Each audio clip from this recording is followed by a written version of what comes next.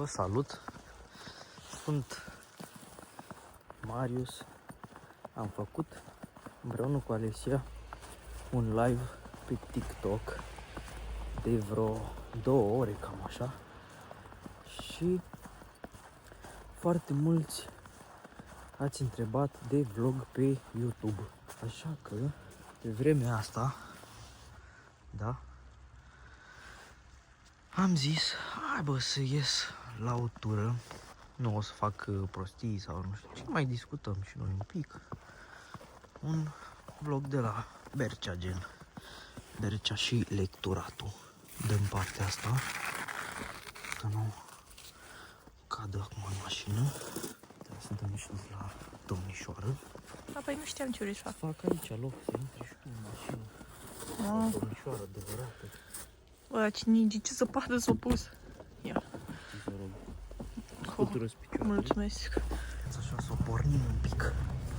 Cât mai dai o zăpadă de pe ea. Ce zăpadă, măi? Eu credeam că e așa stra mai subțire, nu cred că e așa gros.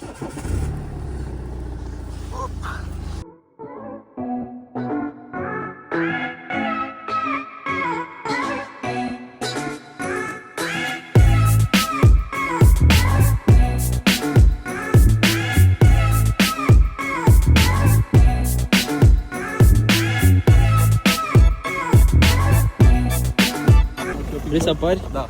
Salut! Salut, mi-am luat eu o siarda. Minge. Unde duci? Unde? Și nu vedem pe acolo. Bine, de dat nu prea mă dau că problema cu permisul. Hai, ne auzim. Bam, la fel.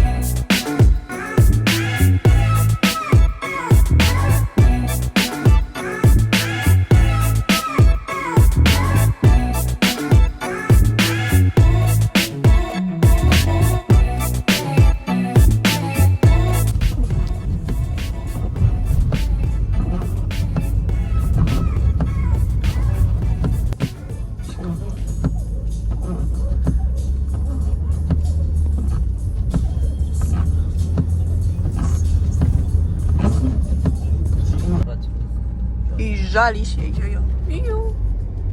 Uitați, și aici. Uite. Uite. Urmează aici, bă. Gata. Uitați.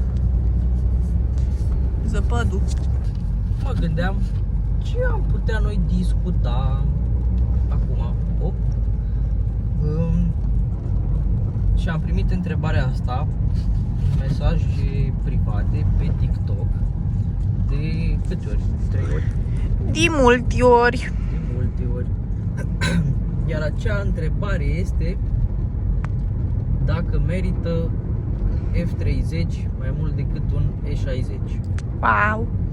Acum, eu o să spun doar părerea mea, pentru că eu am primit întrebarea dacă merită E60 2.0 diesel sau F30 2.0 diesel.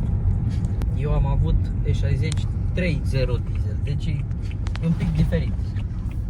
Și le-am răspuns la băieți că dacă este vorba de un E60 Kel și F30 e cât de cât dotat sau cel puțin să aibă dotări peste E60, gen... Da, aici nu m-am exprimat tocmai corect. Vreau să spun că prefer un E60 mai dotat decât un F30 Kel. Ce mai e fără ce nu are un E60? Harman Kardon, dar dacă e un E60 cu ProLogic, e tot același lucru. Ce înseamnă ProLogic?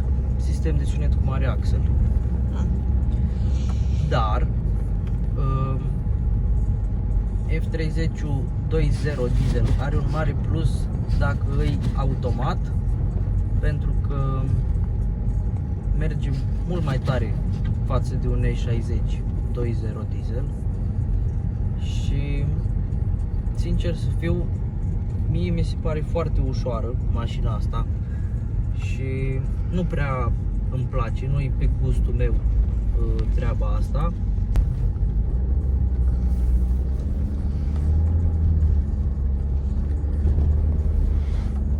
Așa, revenind. Diferența asta se simte foarte, foarte tare, plus că din punctul meu de vedere E60-ul stătea mult mai bine pe stradă și pe curbe față de asta. Mai este un factor, prețul. Un F30 îi cât de cât dotat, e 12.000, 13, dacă vrei an mai bun 2016, cu faruri LED, cu stopuri LED, cu ceasuri digitale și ce mai are plus, sare de 15.000 și un E60 nu sare de 8.000. Cum, bă? Ce? Dar tu când uit... 2.0. Eu mă uitam la avioane. Acum, nu știu dacă v-am lămurit sau nu. Am spus doar părerea mea. Acum depinde și de buget. Depinde și ce vrei de la mașină. Dacă vrei un an mai bun cu alte opțiuni mai noi, mai avansate față de ce găsești pe un E60, îți iei F30. Concluzie. Deci, concluzia este: eu aș prefera un F30 dar să fie mai dotat decât E60-ul, sau un E60 mai dotat decât F30-ul. Pentru că dacă ai ProLogic, ai Harman Kardon mai vechi, care se aude foarte bine și ăla. Pentru că pot să-mi dau cu părerea că am ascultat ambele sisteme de sunet.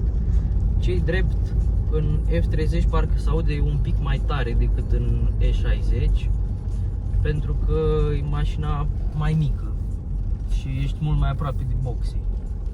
Gen, dacă asculti muzică la maxim 10 minute, după nu mai poți vorbești normal, trebuie să țipi ca să te auzi. Știi doar și urechile. Și tu și persoana respectivă care porți dialogul. Faza e că eu m-am atașat foarte tare de E60 și aș alege oricând un E60, dar să fie 3.0 sau 3.5 cu cutie 2 TB și toate prostiile. Bă, aici nu erau de alea. Opa. Să mă opresc aici să-mi curăț asta, că nu văd absolut nimic. Deci, băi băieți, eu nu mai am memorie absolut deloc în telefon. Nu înțeleg de ce nu mi se sincronizează tot ce am în iCloud. Sper că n-am vorbit aprost. Este strict părerea mea. Voi puteți să vă luați ce doriți. Dacă aveți posibilitatea de a testa ambele mașini, v-aș recomanda să faceți treaba asta. Mai ales ținând cont că eu am venit de pe E60 3.0 diesel pe F30 2.0 diesel, deci nu prea pot să dau cu părerea despre